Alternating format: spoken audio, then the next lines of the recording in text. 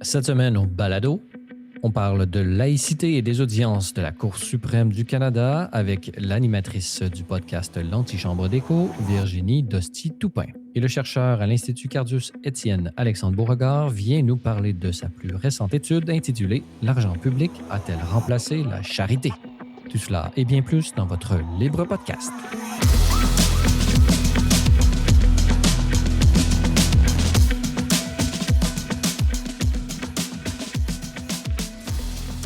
Bonjour et bienvenue au Libre Podcast, votre balado hebdomadaire entièrement consacré à l'analyse de l'actualité de la semaine Libre Média et bien plus. Dans la première partie de cet épisode, nous avons la joie d'être en compagnie de Virginie Dosti-Toupin. Virginie, bonjour. Bonjour. Virginie Dosti-Toupin, vous êtes collaboratrice à Libre Média, mais également animatrice du balado L'Antichambre d'écho, où est-ce que justement vous traitez de différents sujets de société avec des acteurs. À l'épisode 34, vous avez eu la chance de vous entretenir avec deux contributeurs justement du débat public, mais qui ont des perspectives différentes. Vous avez reçu Jean-Christophe Jasmin, qui est directeur pour le Québec de Cardus, ainsi que Guillaume Rousseau. Guillaume Rousseau, qui est professeur de droit et directeur de l'Institut de recherche sur le Québec et qui est notamment un défenseur de ce qu'on appelle la laïcité. Et cette semaine, justement, Guillaume Rousseau était en plaidoirie, on a pu voir, ainsi que d'autres. Il y avait les deux côtés là, qui s'affrontaient, puisqu'il y a un débat en ce moment sur la validité de la loi québécoise sur la laïcité de l'État, qui est justement débattu, même. On a vu justement des vidéos, là, donc c'est presque politique. Certains ont qualifié ces plaidoiries de politique et disons, pas électeur sur le verdict à travers les médias sociaux. Mais vous, Virginie, justement, vous avez conduit ce débat entre ces deux personnes. Parlez-nous un peu de l'état de la situation et un peu comment les deux parties se présentent. Oui, bien, ça a été un épisode très intéressant là, parce que la laïcité, on en a parlé beaucoup, je pense, au Québec là, dans les dernières années. C'est comme s'il y a eu, en fait, ça a occupé même un espace presque démesuré là, dans le débat public, à mon sens. C'est comme si on se retranchait sur la laïcité là, à défaut de pouvoir parler de souveraineté pendant une longue période. Donc, en fait, on commence par retracer un peu l'historique de l'appétit pour, dans le fond, une loi qui encadrerait la laïcité. C'est sûr, on remonte jusqu'à les accommodements raisonnables, cette fameuse crise qui a un peu déclenché tout ça. Et puis, les commissions qui ont suivi. Puis évidemment, comme on avait M. Rousseau avec nous, c'est sûr qu'il est question aussi là, de la commission Pelchat-Rousseau. Et on a également quelqu'un qui est plus religieux. Donc, il y a quelques critiques là, qui, évidemment, sont formulées à l'égard des recommandations. C'est certain qu'on retrace aussi tout ce qui est, qu'est-ce que le gouvernement a retenu de tout ça. Puis là, ce qui est intéressant, c'est que le timing est bon, comme on dit en français, parce que là, c'est ça, effectivement, il y a la Cour suprême, cette semaine, et M. Rousseau a fait les plaidoiries, donc le English Montreal School Board et AL contre le procureur général du Québec. Donc, c'est sûr que c'est la question de la laïcité qui est à l'avant-plan puis qui se décide. Mais par ailleurs, il y a aussi toute la question de la clause non-obstant là, qui est en filigrane de ce procès. Puis c'est sans doute aussi ce qui explique, c'est sûr que la loi 21 a attiré beaucoup l'attention au Canada. Il y avait beaucoup de détracteurs de l'approche québécoise en matière de laïcité. Au sein du ROC, là, comme on dit. Mais en fait, ce qui est surprenant, c'est qu'il y a quand même plusieurs provinces qui ont appuyé l'usage de la clause non-obstant dans le cadre de la loi 21. Donc, 5 provinces. Qui elles-mêmes ont utilisé la clause non-obstant. Parce que ce qu'on sent, c'est qu'il y a cette volonté là, du gouvernement Carney, des libéraux, de venir restreindre si on veut, l'usage de la clause non-obstant. Et bon, c'est sûr que pour une province comme le Québec ou comme l'Alberta, je pense qu'il faut porter attention à ce qui se déroule cette semaine. Puis c'est pour ça qu'il y a autant d'intervenants, qu'il y a autant d'attention médiatique sur ce procès-là qui se trame cette semaine. Puis je pense que ça dure en fait, ça termine aussi cette semaine, donc les plaidoiries. Alors, ça va être à suivre là, de savoir ce qui se passe avec ça et comment la Cour suprême se positionne. Ça va être très intéressant parce que les conséquences pourraient être importantes, là. Admettons que bon, la Cour suprême décide que la cause non-obstant ne peut pas s'appliquer dans ce cas-ci, où il doit être reconduit aux 5 ans, mais en tout cas, il pourrait arriver avec un jugement qui viendrait un peu changer presque au niveau constitutionnel, là, parce que ça n'a pas été utilisé disons, à toutes les semaines, cette clause-là. Donc, il y a vraiment eu une décomplexion, on pourrait dire, du gouvernement de la CAQ dans son utilisation. Quelles seraient les différentes conséquences? Est-ce que les différents, disons, partis politiques se sont positionnés sur la réaction qu'ils auraient si jamais, éventuellement, on viendrait dire au Québec, les tribunaux viendraient dire aux politiques, finalement, parce que en fait, il y a une question de l'exécutif, du législatif, le Parlement versus les tribunaux. Donc ça a toujours été quelque chose qui a eu, disons, une différence entre peut-être le fédéral et le provincial. Le fédéral étant plus, disons, habitué à utiliser les tribunaux, tandis à donner la préséance aux tribunaux, là, la Cour suprême, en l'occurrence, tandis que le Québec, bon, c'est le pouvoir politique, c'est-à-dire c'est le peuple qui décide avant les juges, donc la supériorité revient au peuple et non pas aux juges. Donc, il y a les deux cultures aussi qui s'affrontent. Est-ce qu'on sait comment les différents partis politiques se sont positionnés éventuellement face à un revers de la Cour suprême par rapport à cette prétention du Québec à utiliser la cause de l'absent? Mais il y a beaucoup de choses dans ce qui vient d'être dit. Effectivement, là, je pense que c'est la question qui se pose en ce moment, c'est qui a le dernier mot sur les droits fondamentaux, les tribunaux, les législatures, puis effectivement, il y a différentes écoles de pensée. Puis c'est vrai que la clause non-obstant n'a pas été tant utilisée, hormis par le Québec. Bon, le Québec quand même en a fait un usage plus important, mais ce qu'on voit, c'est que dans les dernières années, justement, il y a peut-être une accélération au Québec, mais aussi d'autres provinces s'en sont prévalues. Donc, puis ça venait probablement plus aussi de gouvernements plus conservateurs. Donc, il y a aussi un affrontement entre le parti unique, si on veut, au Canada, puis bon, des gouvernements qui sont un petit peu plus en porte-à-faux. Donc, je pense que la clause, nonobstant son importance, c'est majoré, si on veut, au Canada, parce que le Québec en fait plus d'usage qu'avant, puis les autres provinces aussi. Donc, je pense que si on revient aux partis politiques, je sais que ça touche une corde sensible, bon, évidemment chez nous, mais aussi en Alberta, parce que il faut se rappeler, moi, je ne savais pas, parce que c'est quand même un sujet un peu pointu, mais je suis allée me renseigner, puis en fait, c'est le ministre de l'Alberta, Peter Lougheed, qui avait fait en sorte qu'il y avait cet ajout-là de la clause dérogatoire à la base, donc l'article 33 à la Charte des droits. C'était pas dans les plans de Pierre-Éliott Trudeau, sauf que ça a été un compromis qui a fait en sorte que ça a pu passer. Puis c'était justement pour faire en sorte que, dans le fond, les exemples sur lesquels on s'appuyait, c'est de dire, ben on veut on veut pas que ça soit la suprématie là, des juges. Dans le fond, on veut un état de droit, mais sans que ça devienne un gouvernement des juges. Donc, qu'il y ait cette clause, ça venait rassurer. Puis je pense que les autres provinces non plus, que le Québec n'aurait pas accepté sans cette clause-là. Évidemment, après, on peut dire que l'usage plus libéral ou décomplexé là, de la clause fait en sorte que, bon, il y a peut-être plus de critiques qu'avant. Sauf que politiquement, ben, c'est sûr que si on va de l'avant puis qu'on restreint l'usage, ben, c'est certain que ça va faire des flamèches au Québec, mais dans d'autres provinces également. Donc, je pense qu'il faut voir, surtout avec les projets plus autonomistes, le spectre d'un peut-être éventuel référendum en Alberta ou en Saskatchewan même, au Québec. Donc, je pense que la ligne est mince pour le gouvernement. Donc, enfin, on verra ce qui en ressort, mais ça pourrait avoir des conséquences lourdes de sens pour la fédération.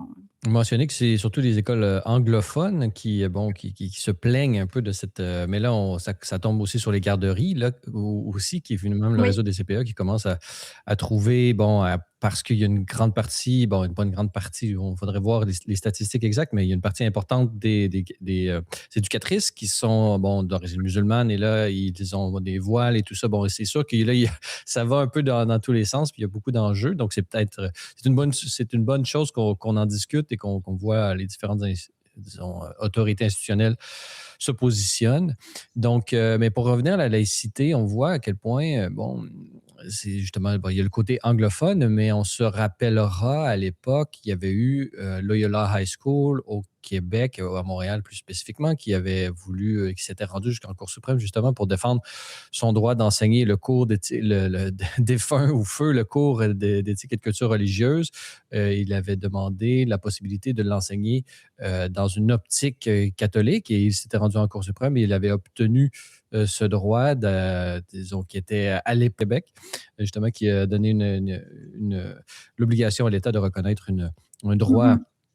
à l'éducation catholique ou protestante. Là, c'est hérité de notre riche histoire. Mais Virginie, comment est-ce que vous voyez un peu ce débat sur la laïcité? Est-ce que, dans le Québec francophone, celui qui défendait un peu le droit, entre guillemets, des religions à avoir un espace, disons, à avoir une vision plus inclusive, entre guillemets, de la laïcité, c'était Jean-Christophe Jasmin, justement, qui travaille à Cardus, qui est un think tank politico, disons, chrétien, à caractère chrétien, qui s'inspire de la doctrine sociale de l'Église et de ce riche héritage.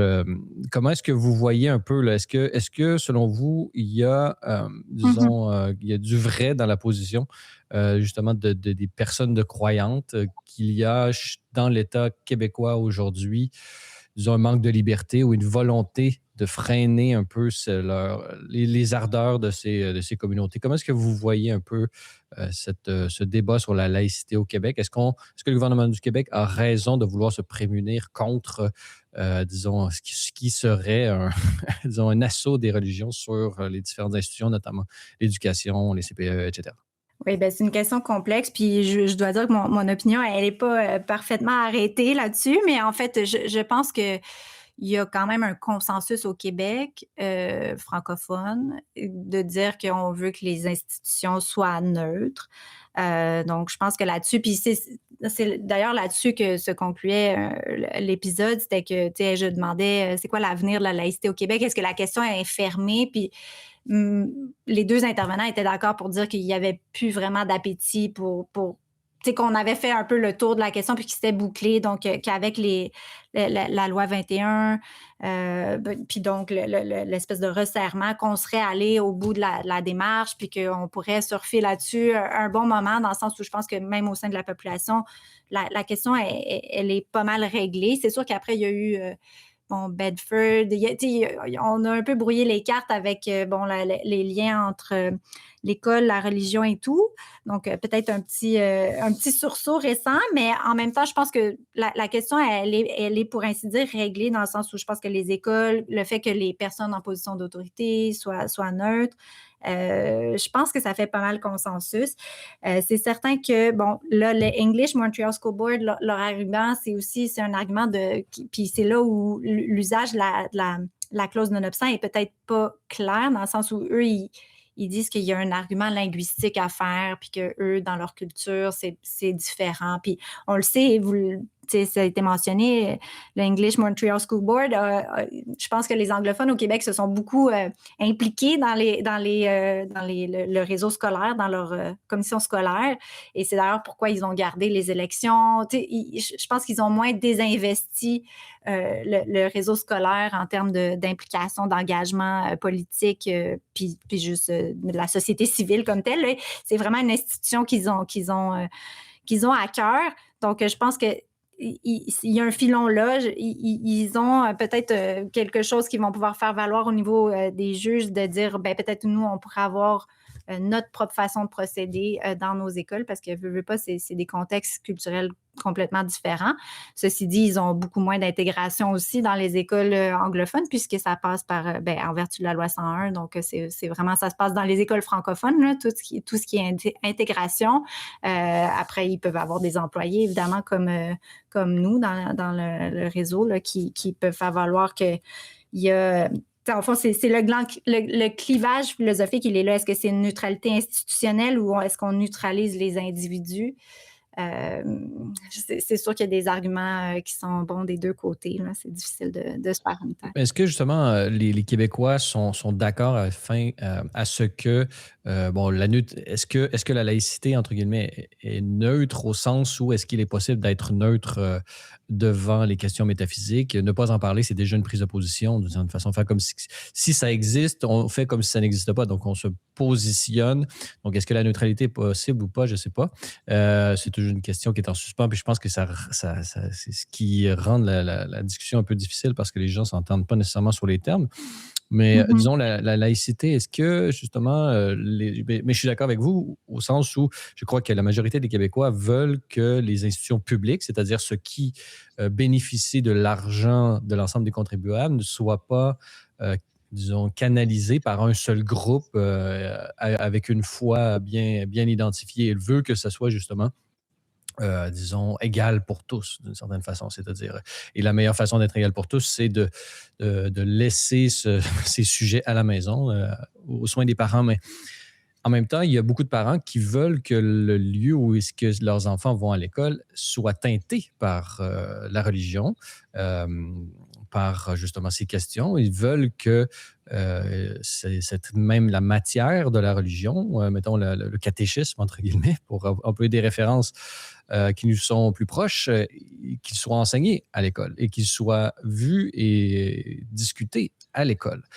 Donc, est-ce que justement, dans ce droit des parents n'est-il pas aujourd'hui, à cause d'un peu du monopole de l'État en éducation, est-ce qu'on n'empêche pas ce droit-là de se manifester parce que ça devient presque impossible aujourd'hui de créer de nouvelles écoles? Il y a même, je pense qu'il y a un moyen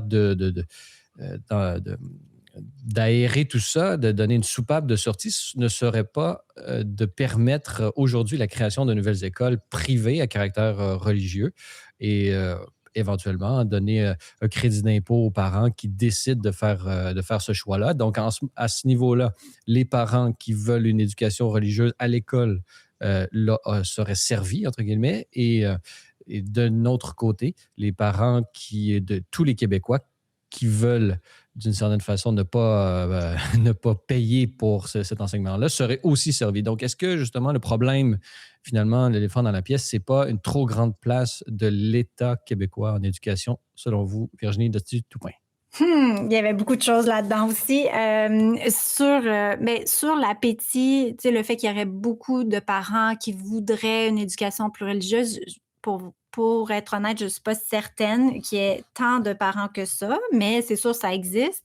Et puis, je pense que, tu sais, au contraire, moi, ce que je note, c'est en fait, beaucoup de parents me semblent méfiants euh, par rapport à la transmission de valeurs ou d'idéologies ou de religion. Donc, je pense que c'est plus ça qui transparaît. Moi, je pense que les gens se méfient davantage que l'école essaie d'endoctriner, que l'école ou des profs ou des intervenants tentent d'endoctriner les enfants.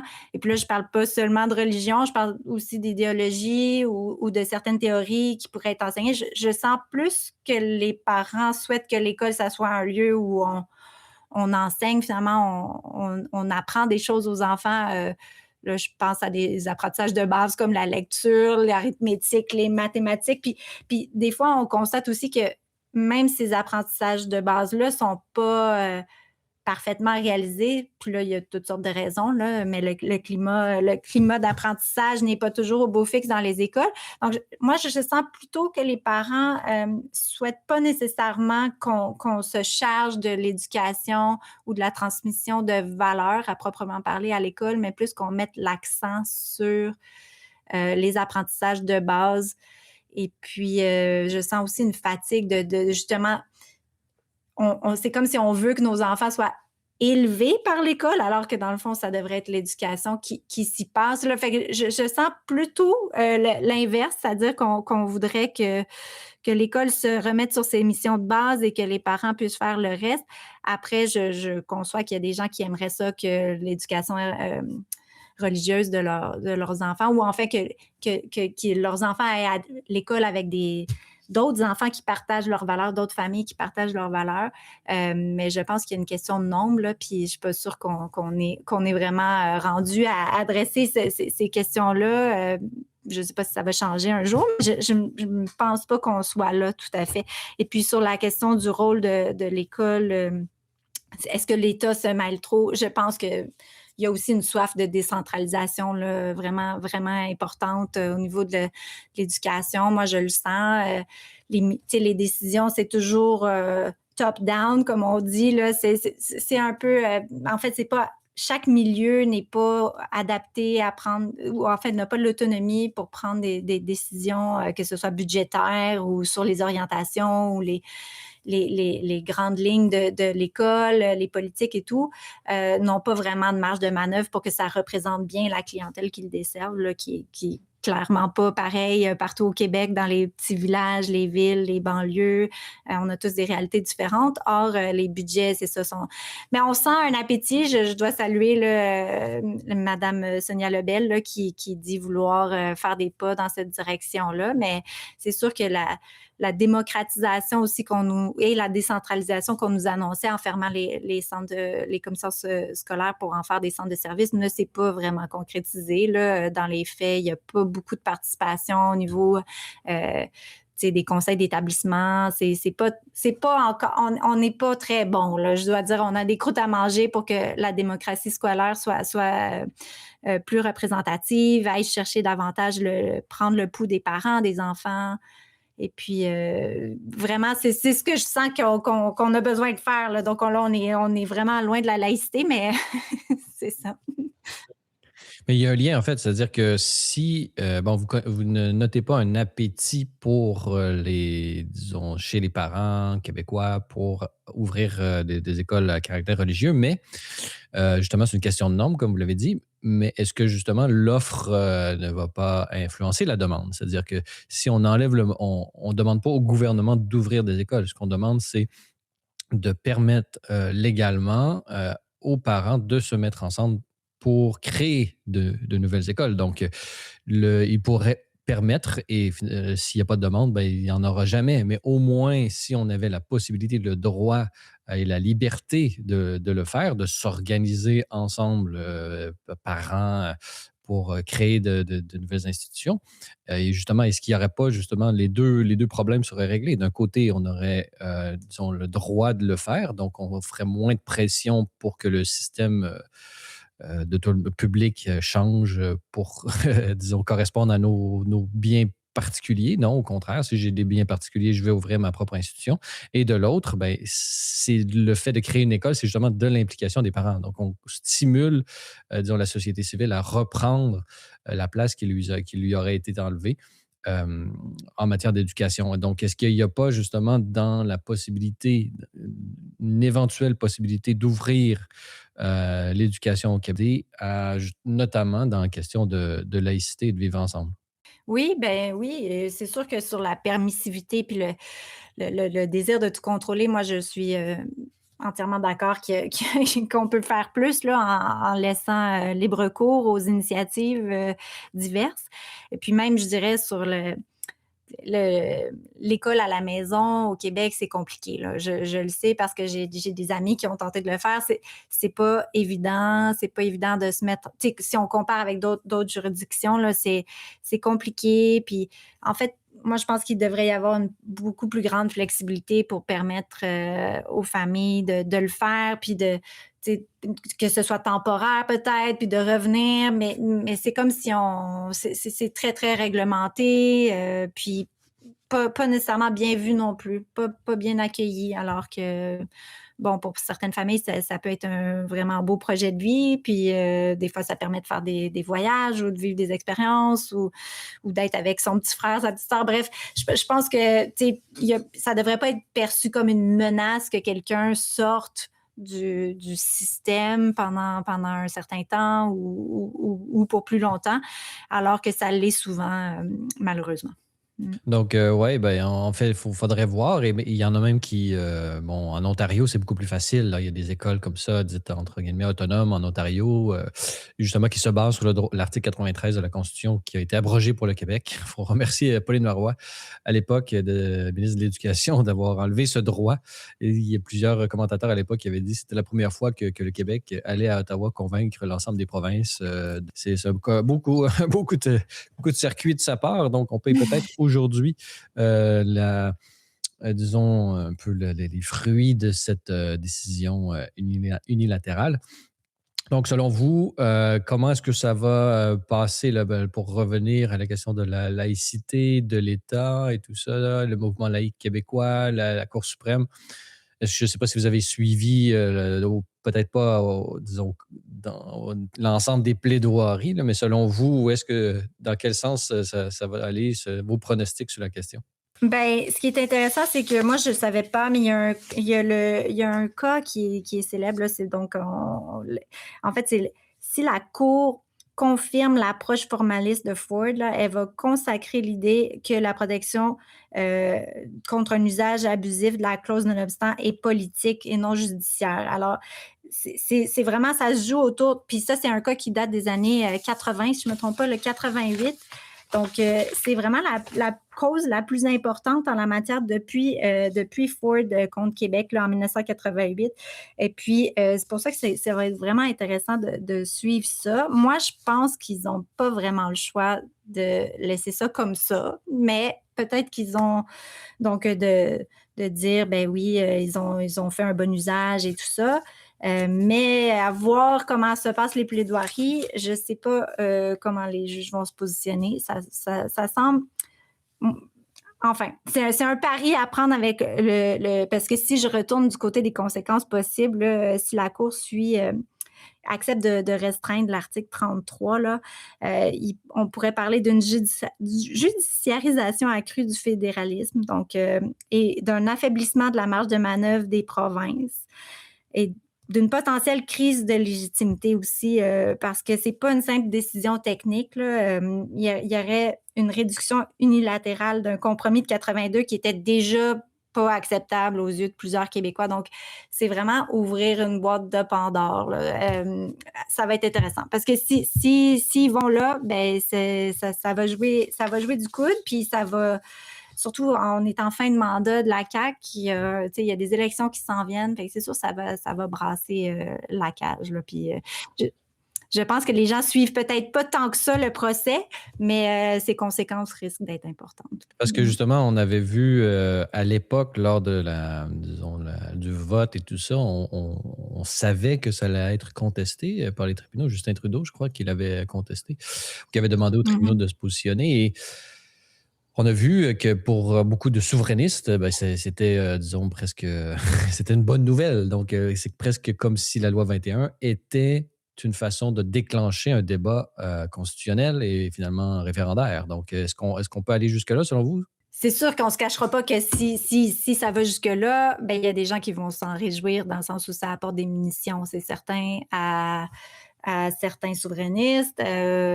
Puis par ailleurs, surtout si ça devient une bataille qui est pas juste celle du Québec, mais qui est menée en partenariat avec d'autres provinces, ben, ça change la donne. Là. Donc, je sais pas. Je sais que le gouvernement Carney est bien en selle. Je pense que c'est encore à ce jour le politicien le plus populaire au Québec. Donc, ça serait quand même un retournement de situation.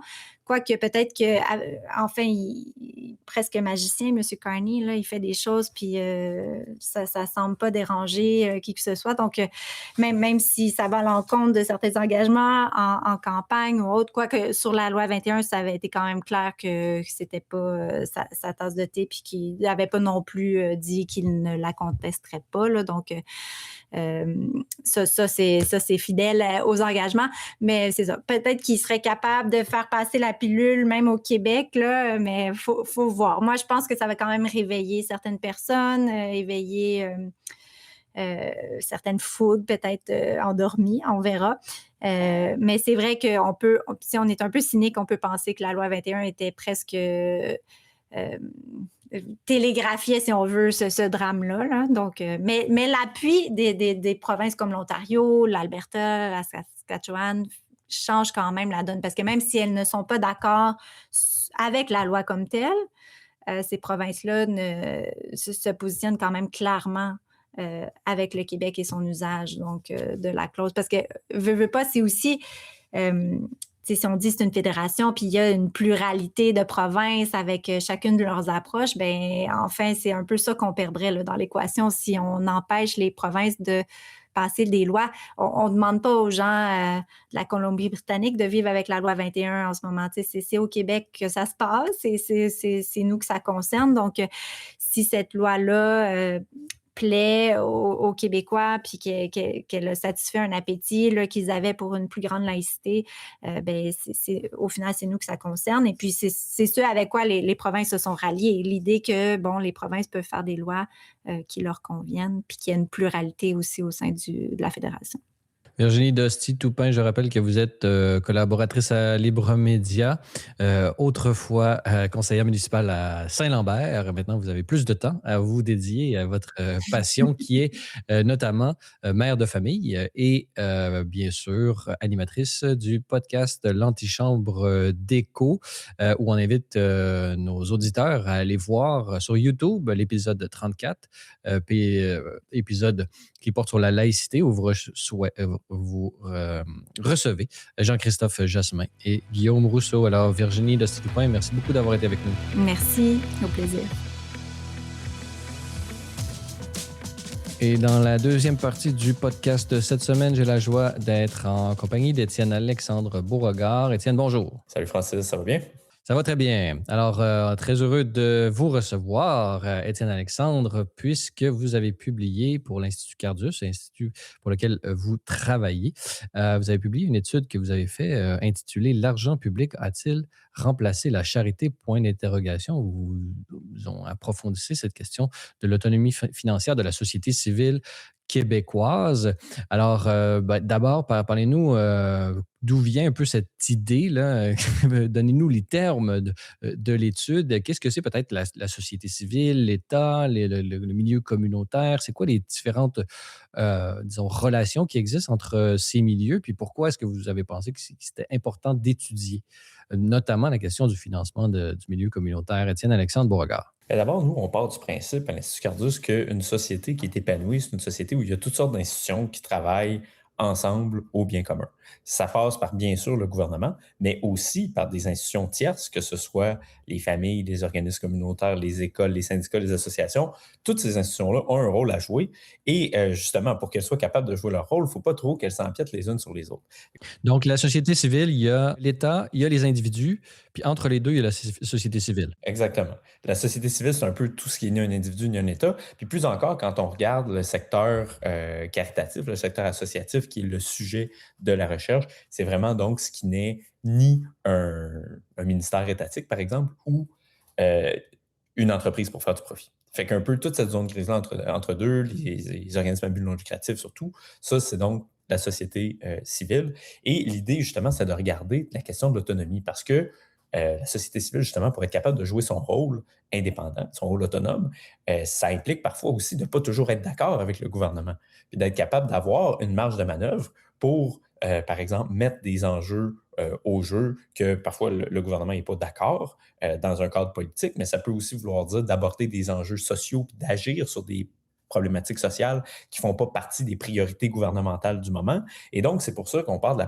du principe que c'est important que nos institutions de la société civile soient capables d'avoir une forme d'autonomie, notamment financière, pour ne pas dépendre outre mesure de l'État pour essentiellement dicter ce qu'elles ont le droit de faire ou non.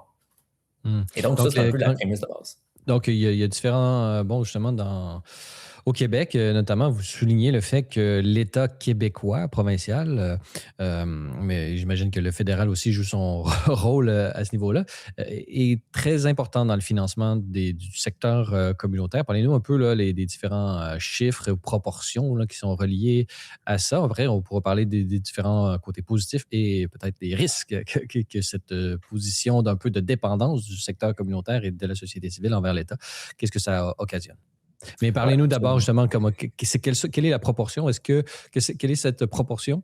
Et deuxièmement, est-ce que c'est peut-être unique en Occident? Est-ce que c'est ce modèle-là ou cette présence importante de l'État québécois dans le financement communautaire, est-ce que c'est unique ou qu'il y en a souvent? Mais parlez-nous un peu d'abord, donnez-nous un portrait de la situation.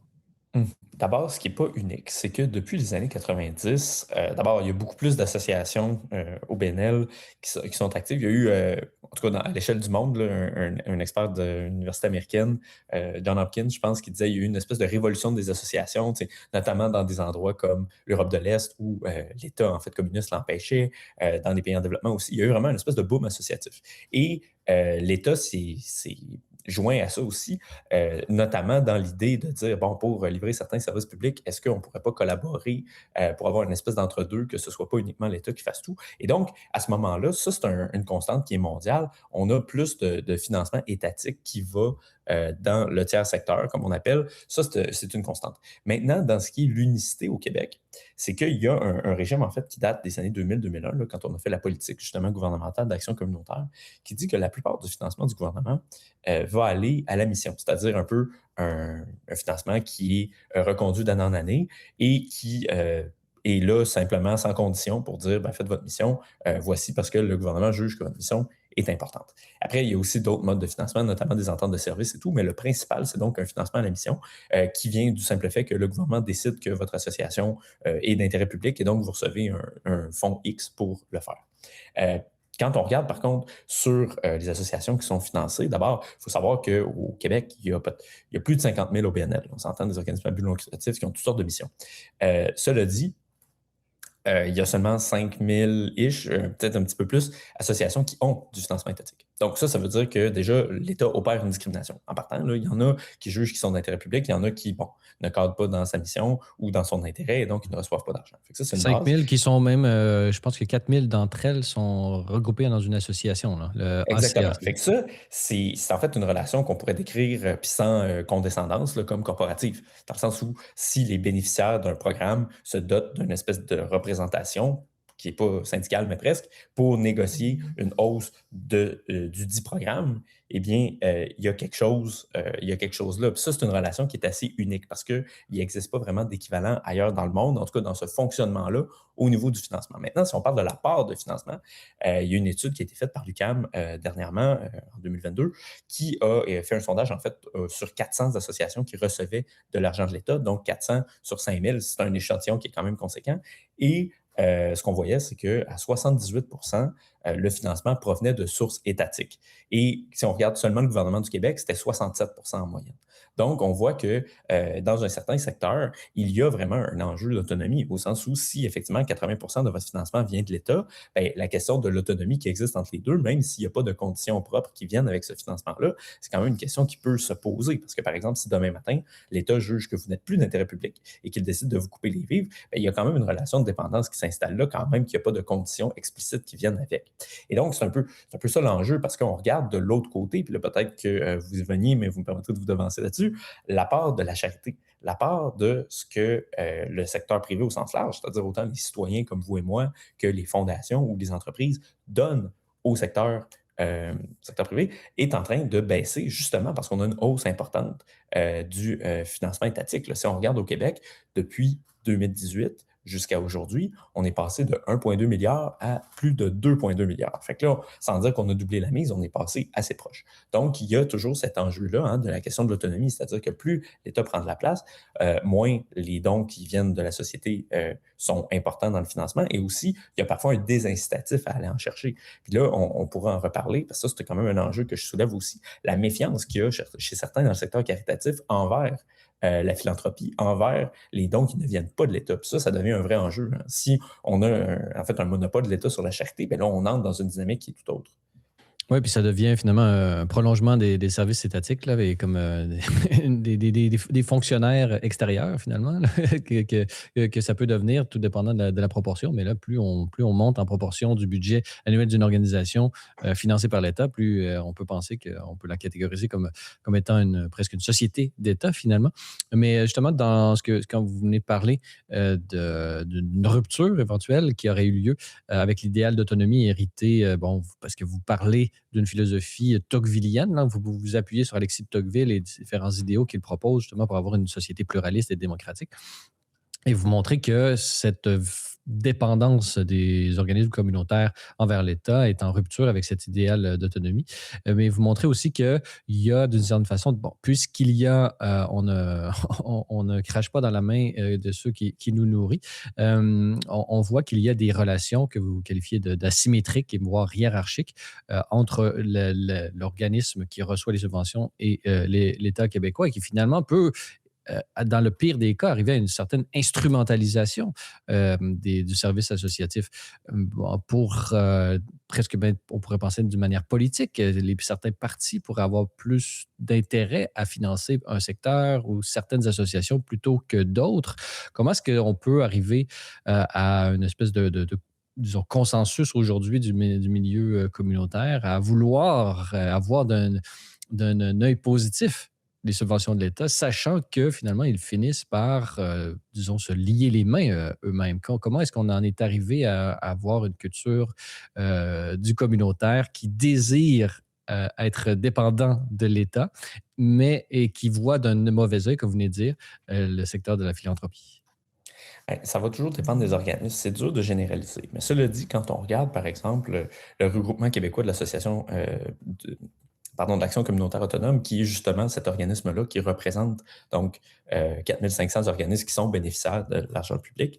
On voit, par exemple, dans les revendications pré-budget qui vont être faites, quand tous les organismes demandent certains investissements au gouvernement en amont de la période budgétaire, on dit explicitement parfois que c'est à cause qu'on dit manquer d'argent public qu'on est obligé d'aller chercher des dons dans la société. Puis là, en fait, ça devient un peu une définition un peu perverse de l'autonomie, parce que ces mêmes organismes-là, quand ils parlent de l'autonomie, ils vont dire quand on a un financement à la mission qui vient du gouvernement qui est suffisant, c'est là qu'on est vraiment autonome. Mais là, on s'entend, l'autonomie, c'est toujours par rapport à quelque chose. Et donc, quand on partait avec la vision de Tocqueville, par exemple, qui dit que puisque ces associations-là sont souvent des voies différentes, des voies contraires, qui peuvent aller dans des directions qui ne sont pas toujours celles que souhaite le gouvernement, bien, l'autonomie, plutôt par rapport au gouvernement, c'est essentiel pour être capable d'avoir cette liberté-là. Et donc, à l'inverse, si on conçoit l'autonomie à travers le gouvernement, bien, moi, la question que je pose un peu dans le papier, c'est de dire l'autonomie par rapport à quoi? Puis si le but, c'est d'avoir une autonomie par rapport à la société, par rapport aux fondations, par rapport aux entreprises, par rapport aux gens qui ont envie de donner, bien là, est-ce qu'on n'inverse pas un peu toute la logique, justement, de la société civile comme un secteur associatif qui est autonome, qui est représentatif aussi de certaines mouvances dans la société, donc qui a assez d'enracinement communautaire, comme le nom l'indique, pour être capable aussi, parfois, de récolter de l'argent auprès des gens qui se reconnaissent dans sa mission. Donc, il y a un peu un danger envers cette attitude sceptique-là. Moi, honnêtement, considérant le bassin de dons au Québec qui n'est pas aussi élevé, par exemple, qu'aux États-Unis, j'en ai beaucoup moins envers les organismes en tant que tels qui font souvent ce qu'ils peuvent pour desservir des moyens, surtout ceux qui donnent des services aux plus vulnérables. On ne peut pas leur reprocher de faire ce qu'ils font. Mais par contre, moi, je me pose des questions quand je vois une aversion pour les dons privés, puis les dons qui sont issus de la société, parce que ça, il y a une mentalité derrière ça. Par exemple, le think tank l'IRIS, vous savez, qui est à gauche, faisait justement lundi une publication lors de la grève du communautaire, au moment où moi j'ai publié mon étude aussi, pour dire la philanthropie, c'est dangereux. La philanthropie, c'est les riches qui vont s'ingérer dans la société puis dicter les priorités, etc. Mais on ne nous montre jamais le revers de la médaille en disant que l'absence de philanthropie et l'absence même de dons de petits donateurs comme vous et moi, ça veut dire que c'est le gouvernement qui dicte qu'est-ce qui est la charité, quelle cause qui mérite d'être soutenue ou pas. Puis ça devrait nous inquiéter autant, sinon plus. On sous-estime justement la possibilité par des politiciens d'user de la cagnotte commune pour subventionner des amis. Finalement, le risque de favoritisme pour des organismes comme l'IRIS, par exemple, est sous-estimé selon vous? Ben, écoutez, je ne sais pas si les risques reçoivent de l'argent public. Je ne pense pas que ce soit dans la liste. Ce n'est pas ce que Non, j'aime mais en faire. théorie, là, dans Néanmoins, leur ben étude, oui, dans leur puis vision, dans leur c'est-à-dire que quand philosophie. vous regardez, ben oui, quand vous regardez, par exemple, des associations qui reçoivent de l'argent public, il y en a beaucoup qui sont très politiques, là. Par exemple, Équiterre, dans les derniers chiffres qu'on voit, a reçu plus d'1 million en 2023-2024.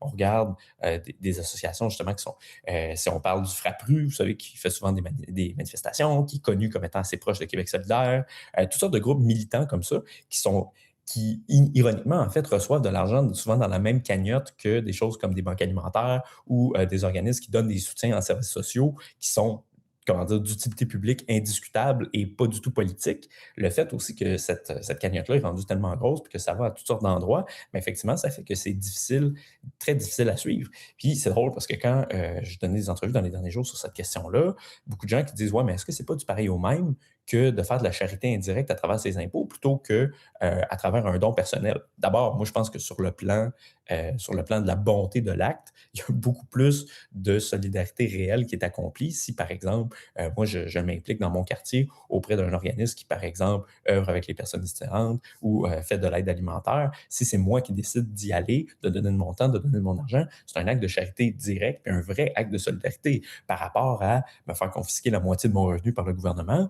Il y a ensuite 1% de mes impôts qui vont aux communautaires et redistribués par des fonctionnaires selon la bonne volonté du moment. Mais moi, comme citoyen, Selon vous, il est plus vertueux de donner volontairement que d'être contraint à le faire? ben absolument, exactement. Et d'autant plus que quand je donne volontairement, je peux faire un don qui est en accord avec mes valeurs, qui est en accord avec mes priorités. Parce qu'en ce moment, c'est tellement gros, l'enveloppe, que le citoyen moyen a absolument aucune idée où ça va. Pensez-vous que c'est ça justement qui est attaqué finalement, c'est la capacité des gens à donner à ce qu'ils veulent, à ce qui correspond à leurs valeurs? N'est-on pas justement dans la... Est-ce que ce ne sont pas dans les critiques de ce que vous venez de dire, les critiques de la philanthropie et ceux qui veulent faire dépendre totalement les organismes de charité de l'État, ne veulent-ils pas confisquer l'ensemble des ressources pour leurs propres besoins et orientations particulières? Est-ce que c'est pas ça finalement qui est attaqué? Écoutez, je ne sais pas si c'est ce qu'ils veulent, mais je sais que c'est l'effet d'un d'une charité qui serait seulement dirigée par l'État. Puis d'ailleurs, on va revenir dans les prochains mois avec d'autres études sur la question du secteur caritatif, mais moi, je pense qu'une des solutions à la situation dans laquelle on est en ce moment, c'est pas forcément de retirer la contribution étatique nette dans la société civile parce que des besoins, il y en a.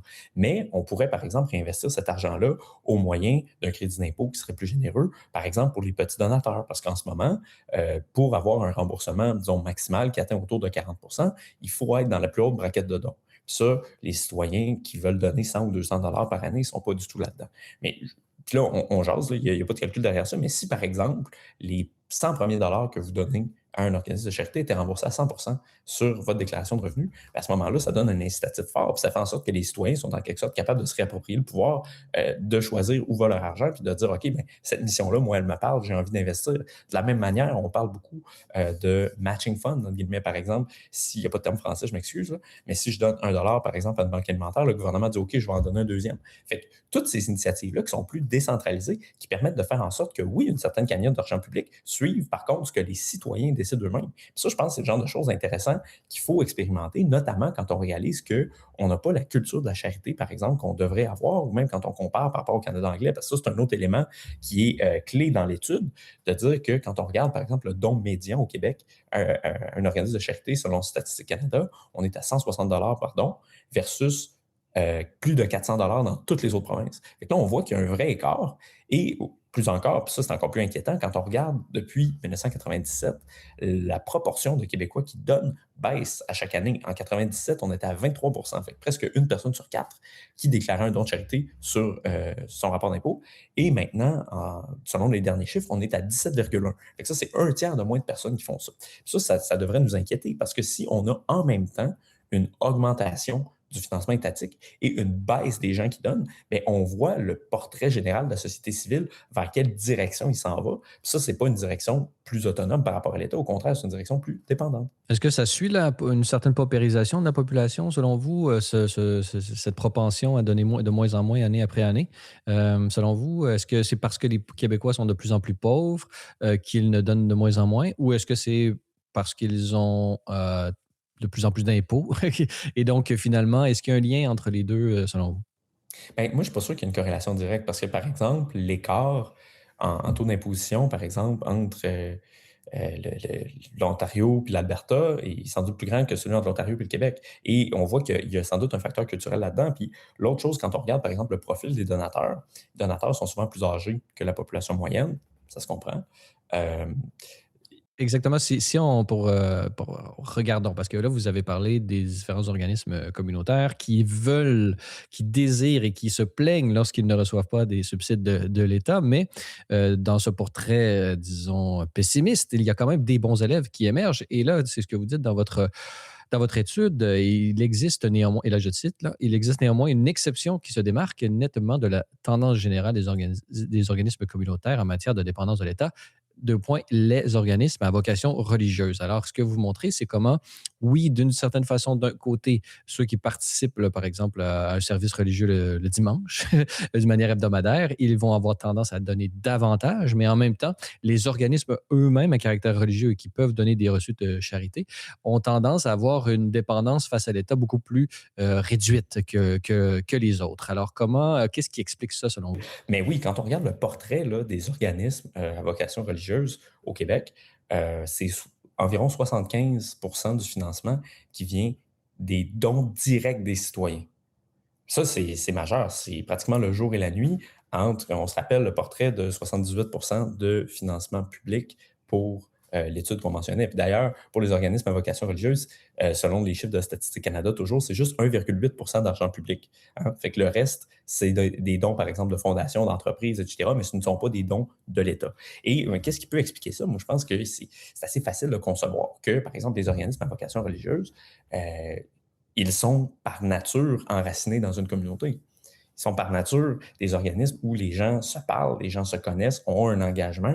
Et donc, c'est sûr que quand on est engagé, quand on croit en quelque chose aussi, hein, bien sûr, parce que la foi, c'est quand même quelque chose qui fait des liens entre les citoyens, qui donne un sens, qui donne une forme de transcendance, qui donne aussi un lien communautaire. Et donc, quand toutes ces conditions-là sont réunies, bien, ça explique comment les gens peuvent donner davantage parce qu'ils se reconnaissent dans cette mission-là. Je pense que c'est très facile à comprendre. Et si, en fait, c'est un peu le dernier secteur qui résiste, je pense que ça en dit long sur le reste de nos sociétés très sécularisées aujourd'hui. Parce que cette culture-là, justement, de la charité, elle a déjà existé. On le voit qu'il y a eu un déclin.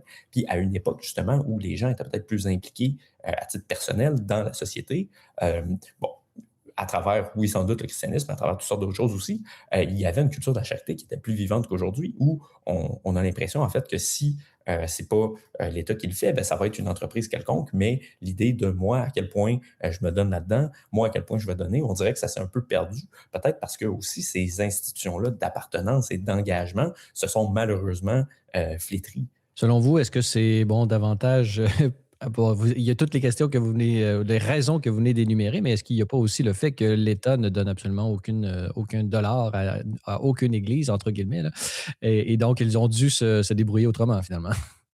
Bon point. Écoutez, des adversaires diraient sans doute que les organismes religieux bénéficient de crédits d'impôt. Et là, je pense que c'est le moment pour expliquer la grande différence entre un crédit d'impôt et une subvention. Un crédit d'impôt, c'est pratiquement une indépendance par rapport à l'État. Par exemple, dans le cas des organismes religieux, c'est juste le gouvernement qui dit, moi, je ne me mêle pas de vos finances. Donc, je viens rien prélever, mais je ne vous donne rien non plus. Et alors qu'une subvention, ben, même si un organisme, par exemple, a zéro don privé parce qu'il n'y a pas de tirant d'eau, parce que les gens ne se reconnaissent pas dans sa mission, parce que les citoyens ne reconnaissent pas l'utilité publique, le gouvernement peut arriver demain matin et dire voici un chèque de 125 000, continue ton activité. C'est vrai qu'il y a quelque chose de différent. Hein? La question de est-ce que la puissance publique choisit des gagnants, choisit ce qui est de la solidarité sociale, ou est-ce que fait simplement se retirer ou compenser en partie quand une institution est capable d'avoir le soutien de sa communauté est capable d'avoir des dons. Puis ça, d'ailleurs, je pense qu'un modèle, justement, on en parlait tout à l'heure, qui est plus orienté vers les crédits d'impôt, moins orienté vers les subventions étatiques, bien, ça permet de ramener un peu cet engagement-là, puis aussi de faire en sorte que le gouvernement, justement, ait moins d'arbitraire, à décider que certaines institutions, par exemple, qui ne sont pas capables d'avoir le soutien de la communauté, bien, sont pas d'utilité publique. Puis ça, particulièrement quand on parlait de certains exemples d'associations qui sont beaucoup plus politiques, puis moins dans les services. Là. Donc, peut-être je ne sais pas si ma comparaison disons, est très élastique, mais on a l'impression que le secteur communautaire, justement, a créé une dépendance, un peu comme n'importe quelle dépendance. Plus on en consomme, plus on en veut, plus on en veut, plus. Donc, et là, le pourcentage augmentant à chaque année, on devient de plus en plus accro. Donc, ces organismes-là deviennent accros aux subventions gouvernementales. Comment se désintoxiquer d'une certaine façon? Comment faire en sorte que le secteur communautaire, si on décide d'enlever les subsides, comment ne faire en sorte qu'ils ne meurent pas. C'est donc comment arriver à une situation où est-ce qu'on leur apprend graduellement à se tenir par eux-mêmes, de marcher par eux-mêmes, tout en les accompagnant dans ce processus de désintoxication. Bon, la comparaison avec l'intoxication, je vais vous la laisser, mais euh, c'est-à-dire que moi, je pense quand même que considérant l'état des choses, si on est un peu pragmatique, le Québec n'a pas une base de donateurs qui est aussi grande que les États-Unis, par exemple. Et on ne peut pas supposer que les choses se passeraient exactement pareil. Puis d'ailleurs, la nature de l'intervention, c'était pas de dire que le gouvernement devrait juste tirer la plug, comme on dirait en bon français, puis ne plus rien subventionner. Cela dit, comme on discute depuis tout à l'heure, moi, je pense que plus la part de financement étatique va être liée à de l'intérêt réel des citoyens, et plus on va avoir une espèce de situation qui va être davantage saine, où oui, l'État contribue un peu, mais de la manière la moins arbitraire possible. Puis c'est pour ça, d'ailleurs, ce matin, je publié une lettre dans la presse sur cette question-là, en disant, est-ce qu'on ne pourrait pas faire en sorte que le financement étatique serve au moins en partie d'effet de levier pour dire, si l'État s'engage, mais c'est parce que aussi, il va y avoir des partenaires, que ce soit des citoyens, des entreprises, des fondations, qui ont de l'intérêt aussi, puis qui vont rejoindre, justement pour dire que là, on a un financement qui est diversifié, qu'on a des initiatives qui sont vraiment indépendantes, qui relèvent vraiment de la société civile, plutôt que d'être seulement des initiatives étatiques qui sont exécutées par d'autres. Puis d'ailleurs, c'est même une crainte qu'on voit là, dans les représentants du mouvement communautaire, certains organismes qui vont dire, ouais, des fois, on a l'impression d'être traités comme des sous-traitants du gouvernement. Puis effectivement, ça, c'est un effet pervers de reposer seulement sur des subventions. Fait que plus on est capable d'avoir une espèce de milieu où on a parfois, oui, une part étatique parce qu'on en a besoin considérant la taille de la base, mais aussi des apports de toutes sortes d'acteurs dans la société civile, et c'est là qu'on est capable d'avoir des organismes qui sont vraiment plus indépendants et qui sont capables d'exécuter leur mission avec une plus grande liberté et au service en fait de la communauté qui les soutient, plutôt qu'en dépendant un peu des vouloirs du gouvernement.